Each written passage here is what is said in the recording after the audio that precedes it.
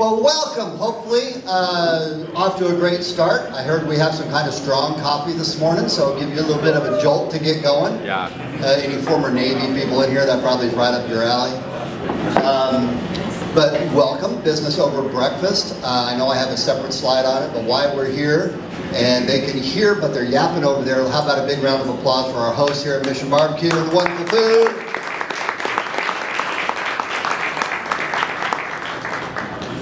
And it's always great the way they host us here and everything else. If you look around on the walls, you can see what the focus of their business is. So it's always great teaming with Mission Barbecue.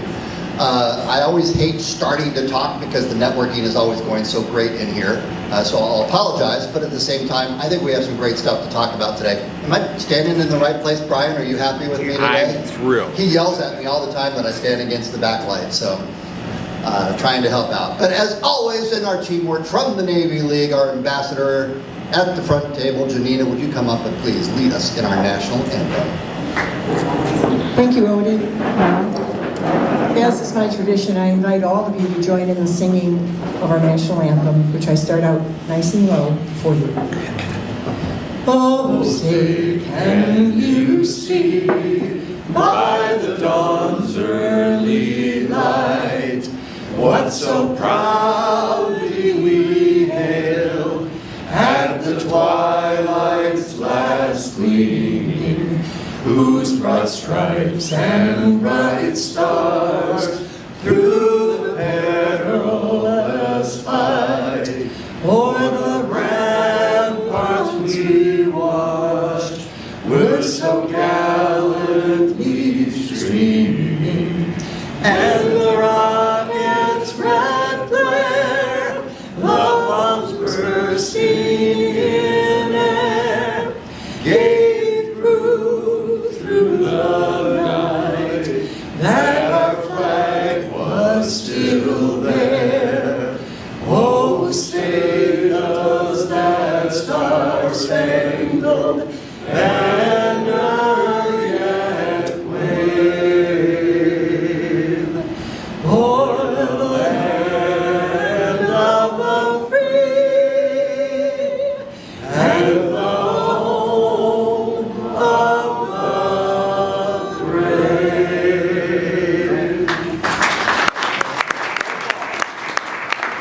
Right, play ball. Now, I kind of missed, I always like to start off, and I watch little small heart attacks happen when I tell our guests, and per our tradition, we'll invite our guest up to sing the national anthem and hand them the mic and we'll see what they do. So, sorry I missed out on that one. He has a gun. Yeah. That's right, he's armed. But that said, our wonderful sponsors. We can't do what we do without the folks that help make a lot of what we, the activities that we take part in, the things we do at the national level, and make all that happen. As most of you know, I'm actually on the board of the Air and Space Forces Association now, and one of the things we were talking about is it's amazing how many people don't know the things that we're involved with. And just two small examples are Stellar Explorers, which is a competition, a youth competition on space. And if you ever went and saw what they do and how they do it, what it teaches and encourages kids towards STEM, it's amazing. And then we have Cyber Patriot. Our regional Cyber Patriot champion didn't make it here today, but Tamara Shoemaker, who's in our Emerging Leaders program and all. It's the same thing as Stellar Explorers, but flip it over onto the cyber side to get people excited, especially young kids excited about those types of activities. But sponsorships, getting them involved, growing the teams, all that is possible through our wonderful sponsors. Let me see here. Nobody from AEW, got a whole darn table of you over here, so thank you as always. Wonderful AEW. No, Ned, Air Operations is not here. Rick, you didn't make it in. Rick Benet signed up, but I don't see him here from Velocity. Nobody from Belfour is with us. Who is this Aero 92 company, Brian? Brian, who's on our team and a sponsor, so thank you very much, sir, for all that. And then our wonderful partners across the bottom. Michigan is very unique. All of these nonprofits that support the different services. So we have National Defense Industrial Association, the Women in Defense, AUSA, the Army equivalent for us. Who am I missing out of that? Navy League, back there sometimes. NOGM, the National Guard Association. We all work together. In fact, this month we're having our quarterly breakfast, and we're going to be the ones hosting it this time, or at least facilitating the discussion. But we work together. It's a coalition. Everything is done through partnerships, I guess is my point of all this. So we appreciate the partners, we appreciate our sponsors. It makes the world go round. And as he walks in the door, Velocity, Rick Vinay, thank you for the support of Velocity. He hasn't even listened to me yet. Rick! We were just talking about Velocity, so there, you walk in the door and get acknowledged, buddy. So, all right, my team, so I don't forget anybody. Raise your hands up real quick. Going around the outside. We got Kim, we got Tim, we got Mike, Brian in the front, Carl here, and I know I'm missing somebody that's here with us. Not yet. We're not going to give you a title yet there, Tony. We're getting there. All right? But Tony, thanks for your support as always, my friend. But my team, once again, on our executive committee, they really do help make the world go round. Ron and Mary are not here. I need to update that graphic. They are no longer DC3S. Similar logo, but with Ron and Mary Lamparter. They are always such great champions for defense and Michigan, and they're just wonderful in what they do. And our Navy League representative, you already got to hear from her, literally, with the tone and the pitch there, our Navy League. So we're a joint operation, let that be known around here. All right, I'm not even going to try. All of our elected officials, hands up, if you would please. Thank you for what you do. Senator, I didn't even see you back there, you're hiding. And now, staffers of elected officials, put your hands up, please. But thank you for what you do and for your public service. We already talked about my team. There's been a few things that went on. I went up to Frankenmouth between our last meeting and today. It was the 1% Veterans Food Pantry. But the cool thing is I got to go up there, talk about Air and Space Forces, talk about our veterans.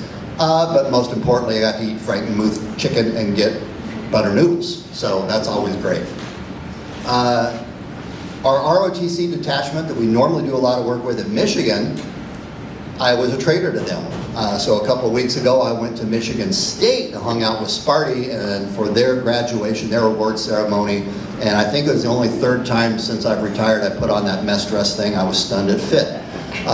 But it was good to talk with them and engage with them at Michigan State. You know, it's really driving me nuts not to walk over that way. I know it. Thank you. You're doing a fine job. I feel like I'm tethered over here. All right. What I want to talk about today, a little bit of news happened since we've been here. By the way, General Brancato is with us, so he's going to correct me on anything, especially with Selfridge. Thank you. Ooh, you're a celebrity. Check it out. But, you know, as the leader of Selfridge, what's going on there? There's this little thing they announced about F15EX is coming to Selfridge. I believe it was the president who said something. Yeah, go ahead. But what I wanted to do for my little portion before we introduce the speaker today is let's talk about the F15EX. I want to explain to you what it is, why it's a little bit different. I'm not going to try and talk Selfridge specific things. I will defer to that man over there and let him. But for the most part, let's just talk a little bit about F-15s. The first F-15s actually flew 1972 was the first flight. That was the A model of the F-15. Then about 7 years later, if I remember my math, they improved computers, they did some electronics, they opened up some space, they added a little more gas tanks inside, holds a little more gas. An improved version called the F-15C. And that's what we would call Blue Eagles because they painted them all light blue as a camouflage because they did nothing but air to air. Not a pound for air to ground was the mode that they talked about for the longest time. It was our premier air superiority fighter. And I do believe that the air-to-air record of the F-15 worldwide is 98-0. All right, so just so you know, that's what its record is. So it has worked very well as an air superiority fighter. Long-range strike, they had a version of the F-16 that they modified with a really big wing. They took the F-15, they did some mods to it, they did a competition, and they took the Eagle and they made it into a multi-role, primarily focused on air-to-ground type of work, the F-15E Strike Eagle. Two-seat airplane. A lot of the systems inside are now designed to be able to do stuff against the ground. And I'll talk about the fuel tanks and how that works on it here in just a minute. But we only purchased, I said right there, 236, and we have just a little over 200 that are operational right now. one of the most used platforms because it's a good long-range aircraft that does a lot of stuff, can carry a lot of things, can carry big things. So it's a workhorse of our Air Force, but we only have, like I said, a couple hundred of those in service, and they are even talking about trying to retire some of the older versions of that. Congress keeps saying, no, don't. It's kind of like the initial batch of F-22s. Congress has prevented the Air Force from retiring some of those earlier variants. Now introduce, so we're talking 1972. The only way we call those gray eagles. I forgot to mention that because it's a darker paint scheme. So we're talking about blue eagles, gray eagles, all right? Fighter pilots were pretty simple people, color oriented. All right? So we've had blue eagles, gray eagles. They don't look a whole lot different, all right? Now introduce the F15EX that just flew a couple of years ago. Externally, doesn't look much different. If it wasn't for the paint job and the fact that both the E and the EX are all two-seat airplanes, so the canopy is a little bit bigger and everything else. Externally, they don't look a lot different, unless you know where to look for some antennas and things like that. It's pretty much the same airframe from 1972, that first flew in 1972. But the innards are completely different in how it works, the computers, how it communicates, the radars, the sensors, and everything else. And as of a couple weeks ago, we call the program of record had been reduced down to just 98 of these were going to be built for the U.S. Air Force. That apparently is going to change. There was the reconciliation bill that added $3.15 billion into the F15EX program. They don't know exactly how many planes that is because it's not really defined. It was money towards that program. Can they use it for equipment? Can they use it for other types of things? Is to be determined. But then apparently the next day, President Trump comes to town and says 21 of these planes are coming to Selfridge, which means there has to be an add to the number of 98. What is the program of record now? I don't know. Have you heard a number? It is 125. So 125. So it's more than just the 21. There's a couple extra planes thrown in. Yeah, and we'll. All right, a couple things I'll talk about it, and I'll talk about the bases themselves. But one is just the radar. Most of the time we think, it has a sensor in the front. And I'm doing this because most of my time in the F-16, we had a mechanically scanned radar, which means as the radar looks over here, it sends out an electronic signal. The electronic signal comes back, so it's going look, and it takes a long time for it to go all the way, in our case, plus or minus 60 degrees, so 120 degrees of sweep. I can track a target over here, but I can't really track. Now introduce this new concept called ESA, Active Electronically Scanned Array. The antenna doesn't move. It's this flat little plate that you can see up there in the front. It's got transmit-receive modules that electronically are steered, so now instead of this sweep back and forth, it can go all different places at once, or it can go very quick, switch back and forth, and how it works. So all of a sudden, all these limitations we've had on how a radar can work, and there's lots of how it goes in, the amount of total power, the sensing range, and everything else, but now one radar can track 20 different targets in all different places all at once. And it's no longer the problem that we used to have with what we call the mechanically scanned radar. Being used in a lot of different platforms, but the F-15 has a big nose, which means it has a big radar, powerful radar. So that's going to be one of its many different types of sensors in the ways that it can get information out there.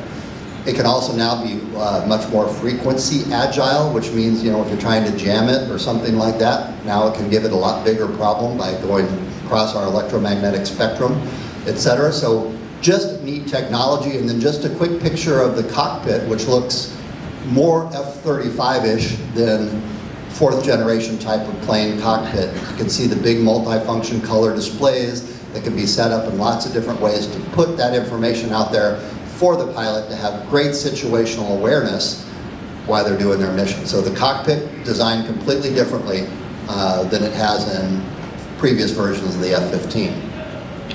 The other I wanted to talk about is this thing called conformal fuel tanks. It used to be we had drop tanks. Little bit of history. The very first time they built and tested a drop tank, this was early in World War II, if I remember my timeline right, keep me straight, Ed. You know where it was tested? Selfridge Air Force Base. That was the first place that it was ever tested, a drop tank. The things that ended up changing in World War II, et cetera, giving us the range to go over. Anyway, so rigid tanks we put under the planes on pylons. If you wanted to turn more, you could jettison them off. Conformal fuel tanks literally fit up against the sides in the case of the F-15. In the F-16, they actually sat on the back on the wing root. Not as much drag, but can still carry a lot of fuel. So it's a way to add a lot of fuel to the airplane. It still adds weight and everything, but it also is a lower drag type of a configuration to do that. You don't see the Strike Eagles without them. So if you look at a Strike Eagle, the ones that I talked about, we have about 200 of them, they look chubby. And the reason they look chubby is because they got these things hanging on the sides, but there's also weapons racks on the bottom of them, which allows the plane then to actually carry more bombs, more ordnance, that type of thing.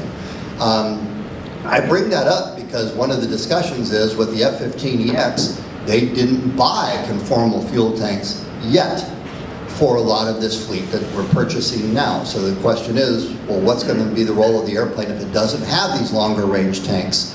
So that's just some of the questions that we're having going forward on how the F15EX is actually going to get used. Kind of hard to tell from the picture. You can actually see the little bomb racks on the bottom of those conformals. They're on their little sleds there. They would actually fit up and get bolted up against the airplane. All right, F15EX versus F35. Something to point out. What's the difference? Somebody said, oh, they're just another fighter jet. Well, not really, okay? So when we look at the F35, 5th generation, which means it is a low radar cross-section airplane. It is not invisible by any stretch. Its radar cross-section is 3.8 millimeters. That's how big of a radar reflector it is, all right? Not impossible to see, but it's itty-bitty. So the S-400 is the currently deployed most advanced Russian surface-to-air missile system. All right, so this is the thing on the ground that can bite you in the butt. And it's estimated it can see this little itty-bitty thing at about 21 miles away. Now, this is all unclassified information. Take it for what it's worth for comparison purposes. But use it for rough numbers. 670 miles. The F-35, not too much bigger than an F-16, but it's fat. It's just got a chubby fuselage. It holds a lot of gas. So it can go out about 670 miles back and forth. Most of the time the weapons and missiles and everything are in a small bay because you can't have them hanging outside because that makes it a radar reflector, right?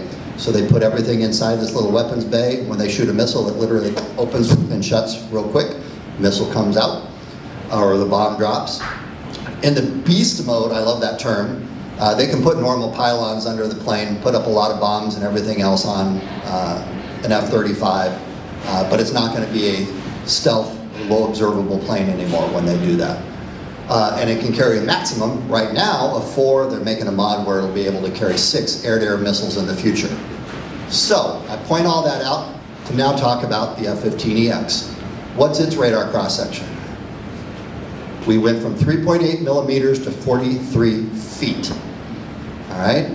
It's a big radar. There's nothing about this plane that's going to hide. All right? So from the Air Force, how we employ it, things we're going to do with it is going to be different because of this. It's why we call this a 4.5 generation airplane. It has a lot of advanced systems, but there are things that the F-35 can do that the F-15EX can't. And there are things that the F-15EX can do that the F-35 cannot. It can carry more. It can carry bigger things. All right, so when we look at how it's going to be used around the world, that's the big foot stomper right there. It can be used in ways that the other plane can't. Tons of weapons, 29 and a half, that's about twice the bomb load of a B-17, by the way. You think about it. So we have fighter jets now that can carry that much more weight than our World War II era bombers, and up to 12 air-to-air missiles. So in certain scenarios and everything, there's a shooter for you. Not going to run out of missiles for quite a while. So that's kind of the big picture differences between the F-35 and the F-15EX. They're going to be used in different ways in different theaters in the Air Force's mind. The F-15EX is not just unique to the United States. Countries have been buying F-15s for a while. Qatar actually, the model that has been built for them, I think the first one was about 8 or 10 years ago, was one of those more modern airframes with a lot of the electronics.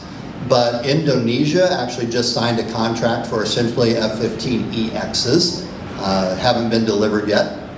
Israel had some versions of the Strike Eagle. They are going to get upgraded, and they're buying 25 more essentially F15EXs. So they'll have a fleet of 50 F-15s that are up to the same standard as the F-15EX. Korea has a relatively large fleet of Strike Eagles. They call them the F-15Ks. Those are also getting upgraded to F-15EX standard. Who am I missing? Oh, Japan. They have almost 200 F-15s. That's the backbone of their Air Force. They're upgrading them to the same standard also. So the only operators of the F-15 that I can think of not on this list to upgrade them right now is the country of Singapore. I can't think of any other operators right now of F-15s that aren't looking at keeping them around and updating them for the future. So it's not unique to us. Our allies are going to have very similar types of platforms and capabilities out there. All right, now this is what Bronco and I were talking about a minute ago, F-15EX basing. Where they're planned to go right now, the very first ones are operational in Portland, an Air National Guard unit. Okay, we'll talk about the test stuff in a second. They're programmed right now to get 18.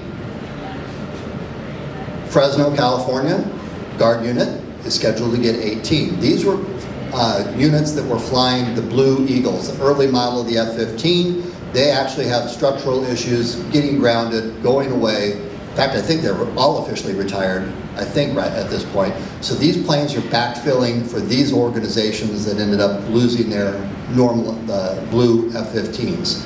And the third one is down in Louisiana. That unit is also. So these are 3 Guard units that were flying F-15s. They're all supposed to get F-15EXs. The only active duty base scheduled to get F-15EXs is Kadena in Okinawa. You can see twice as many, so 36 of these are supposed to be going in I was going to say Guam, sorry, in Kadena in Okinawa. Now, add in a couple, when they first got them, they went to Eglin. That's where they're doing the operational test and evaluation. And the training unit is actually now going to be at Seymour Johnson Air Force Base. They're going to take pilots that are learning this. They go to this Strike Eagle base. I don't know if they're going to get F-15EXs there. They're probably going to train them in Strike Eagles and then convert them over to F-15EXs later. All right, so this is where things are right now. The one that I didn't mention is Nellis Air Force Base. The weapons school was scheduled to get 2 airplanes. They think now under this new thing they're going to get 2 more, so they're going to get a total of 4. These are the smart Top Gun type-ish, I hate to say that. That's a Navy term, we call it the Fighter Weapons School. Should have 4 of these F-15EXs to help develop tactics and things on how to use it. And then NAD, now, Selfridge. What's unique about that? 21. What's different between that and the other 3 Guard units? There's 3 extra airplanes, right? So one of the questions is, are they buying a few extra, what we would call BAI aircraft, same term still? Okay, so 18 primaries with then spares and backups, because you always have somebody, an airplane off getting fixed and everything. So a unit is, we want you to be able to take 18 and go. You've got a few extras in case they're not available. In this case, Selfridge is getting more than that. Why? I don't know. But that's part of the things that are going to be worked out going forward in the future. So that's the plan. All right, so when you do the math and everything, that's where the F-15EXs are currently scheduled to go at this point. All right, and back to the comments I always like to say, that from Dave Deptula, the Mitchell Institute, the United States Air Force today, when you look at it, it is the smallest, it is the oldest, it is the least ready that it has ever been in our history. And I can show the charts and graphs and all to that, but with this add of airplanes, with what Selfridge is doing, Michigan is helping this equation. We're helping modernize the Air Force. We're going to be, between F-15EXs along with the brand new tankers, everybody's going to want Selfridge because we can pick up and go anywhere in the stinking world and not even have anybody from any other base help. So wow, is Selfridge going to become on the leading edge of defense in the United States. So thank you. Who wants to take credit for this? I don't know, but I will tell you it took them all to get it done. From advocacy from our Commander-in-Chief of the Guard, the Governor, to our congressional delegation, to everybody else who's championed it, to our wonderful community. It takes a team to make it happen. So, hey, Michigan, spike the damn football. You did great. Selfridge's future is bright, and it's because of folks like you, folks like Bronco, people doing their jobs and everybody. So please, big round of applause for everybody.